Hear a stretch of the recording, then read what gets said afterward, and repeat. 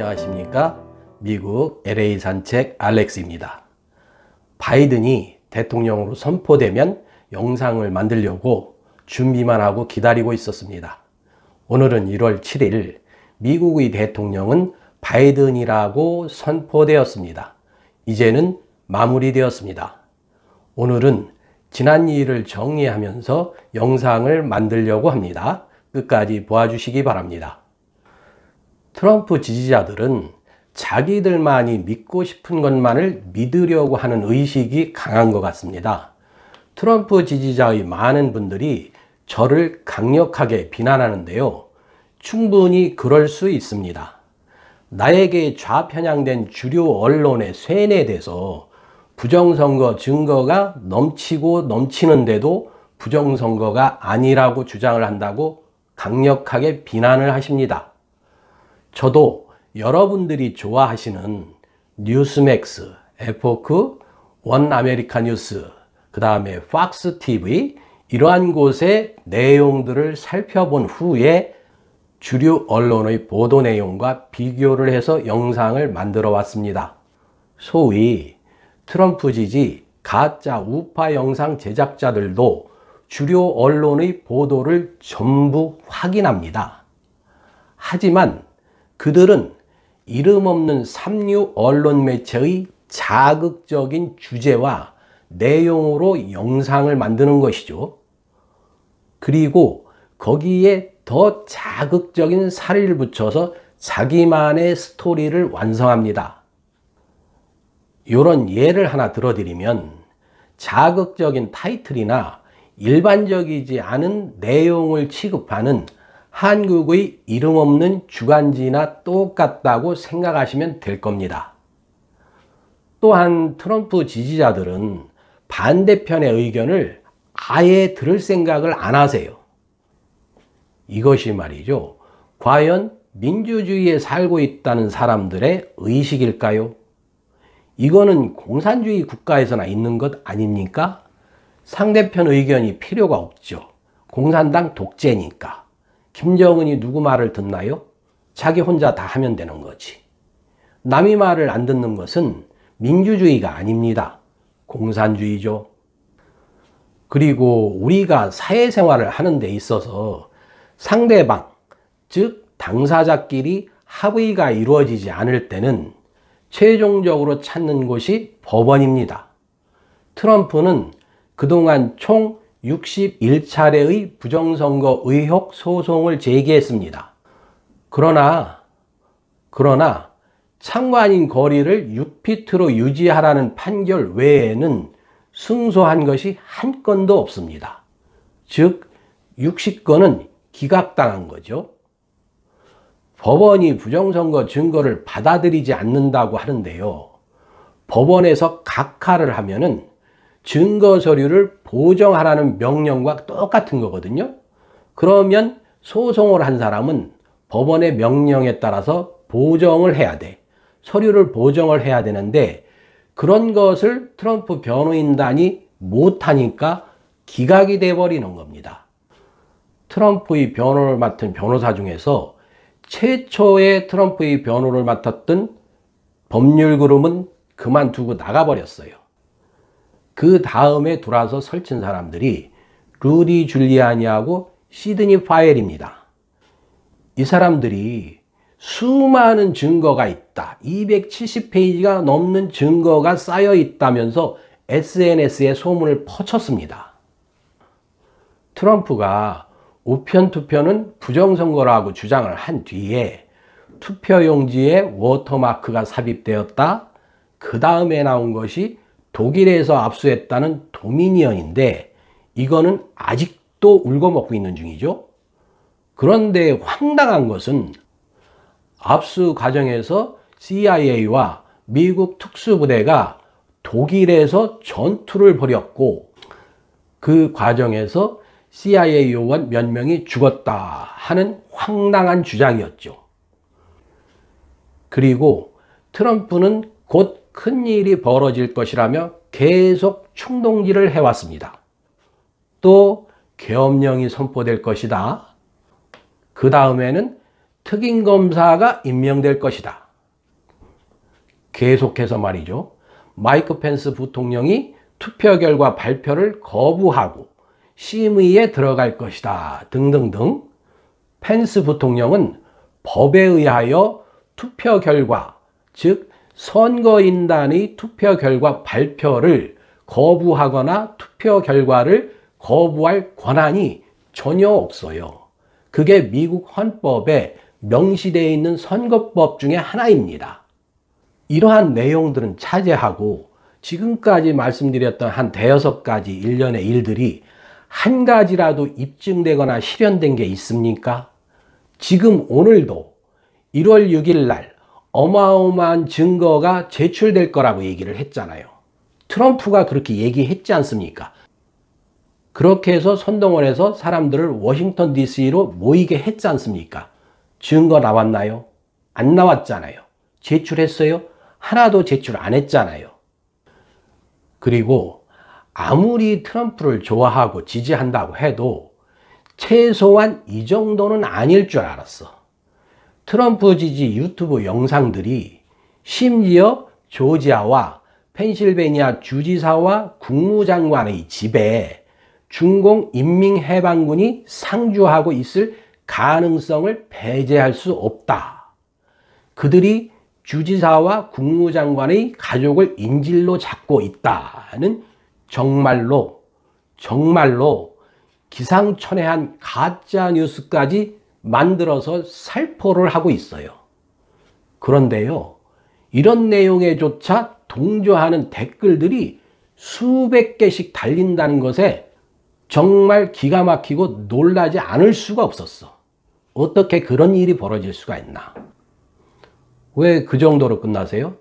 한국의 정치계나 청와대에 북한에서 넘어온 첩보원이 들어있다 소리도 좀 하시지. 그들이 국회의원, 북한을 원조하려는 국회의원 가족들을 인질로 잡고 협박을 하기 때문에 북한에다 원조하자고 한다. 원조하자고 주장을 한다.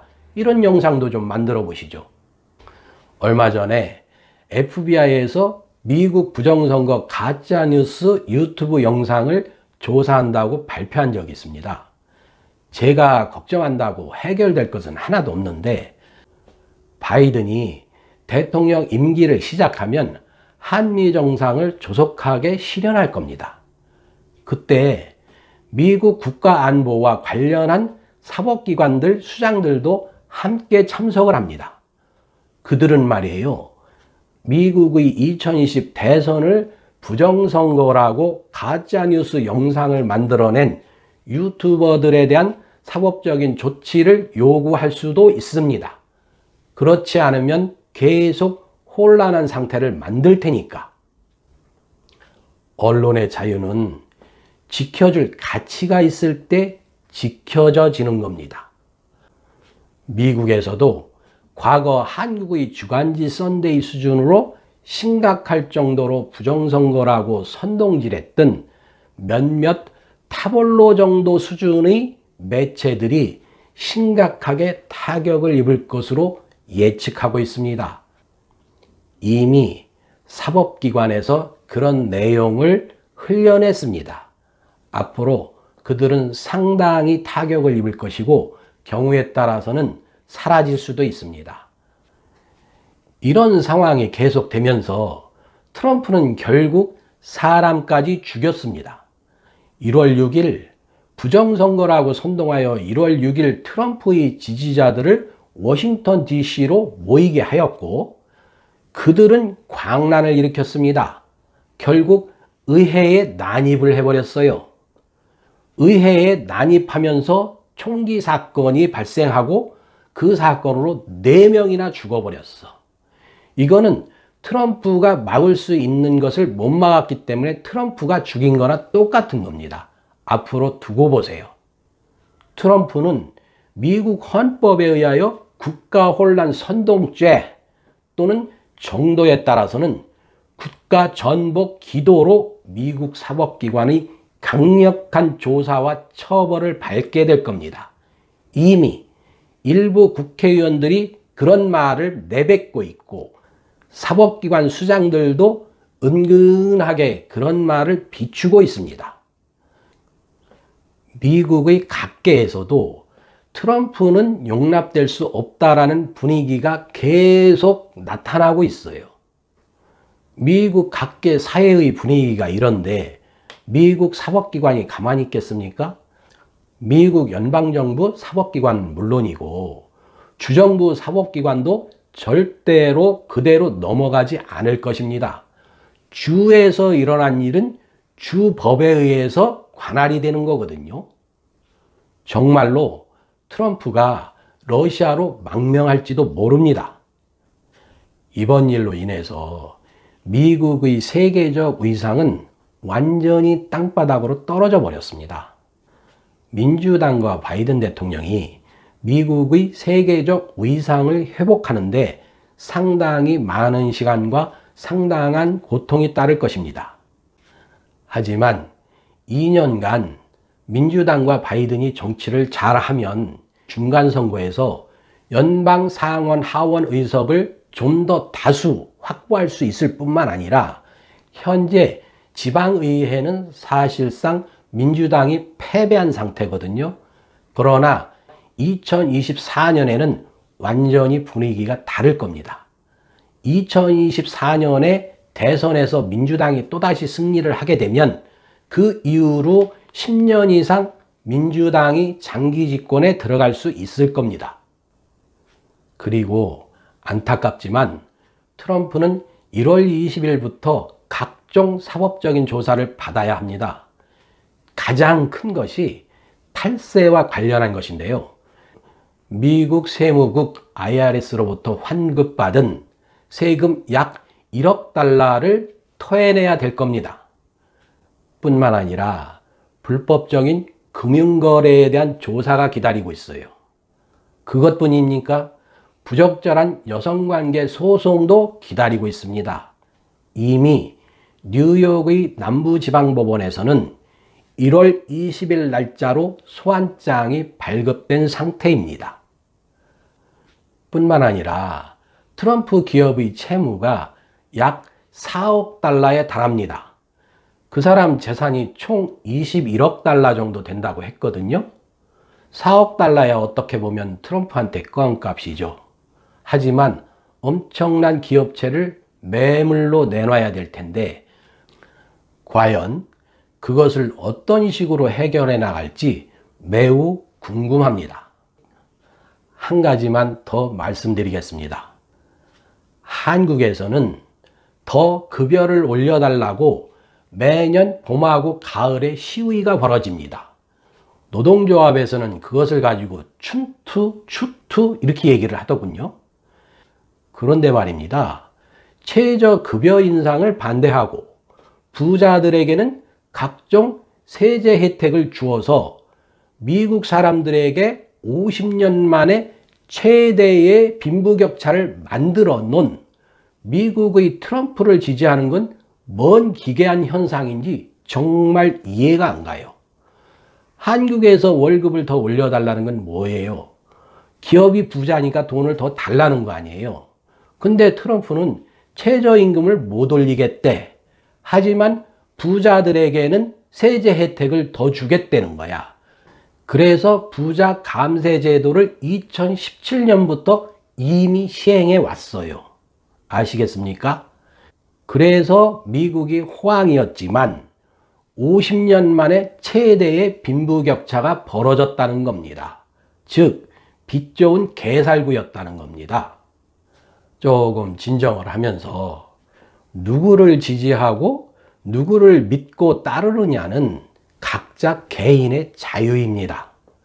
그러나 그런 것에는 이성적인 이치와 이성적인 합당한 이유, 그리고 이성적인 표현이 있어야 된다고 생각을 합니다. 그리고 제가 얼마 전부터 댓글에다가 달던 글인데요. 자기 집 앞마당에는 동네의 온갖 떠돌이 동물들이 배설물이 가득해. 하지만 청소를 전혀 안 해. 발을 디디고 걸어갈 수 없을 정도로 지저분해. 그런데 옆집이나 그 옆집은 앞마당에 낙엽 정도만 떨어져 있어. 또 나뭇가지 정도, 휴지 정도만 떨어져 있는 거야. 그걸 청소하라고 목에 핏줄을 세워. 자기 집 앞마당에 있는 동네의 떠돌이 동물들이 싸놓은 배설물을 전혀 치지도 않으면서 웃기는 거 아닙니까? 즉, 그런 것이 하나의 이성적인 이치이고 이성적인 표현과 요구가 아니냐 이 말이죠. 오늘 1월 7일 미국의 46대 대통령으로 민주당의 조 바이든이 당선이 확정되었고, 그리고 조지아주에서 연방상원의원 결선 투표를 한 결과는 민주당이 2석을 전부 확보함으로 해서 연방상원의원이 50대 50이 돼 있고, 그러나 부통령이 연방상원의원의 의장 자격을 갖고 있기 때문에 부통령이 민주당이지 않습니까? 즉 연방상원의원도 민주당이 다수당이 됨으로 해서 앞으로 민주당과 조 바이든의 정책들은 무난하게 추진될 것이다 라고 생각을 합니다. 앞으로 만들어질 영상 내용에 대해서 잠깐 말씀을 드리면, 지금 채널 이름이 미국 LA 산책 아니겠습니까? 여기에 어울리는 다양한 내용들의 영상을 올려보도록 노력하겠습니다. 그동안 어쩔 수 없이 정치 영상 뿐이었는데 이제는 좀 더 다양하게 이민정책이라든가 미국 교민들의 소식이라든가 이러한 다양한 것들을 여러분에게 영상으로 만들어서 전해드리겠습니다. 2021년 특히 건강하시기 바라고, 원하시는 일 모두 소원 성취하시기 바랍니다. 고맙습니다.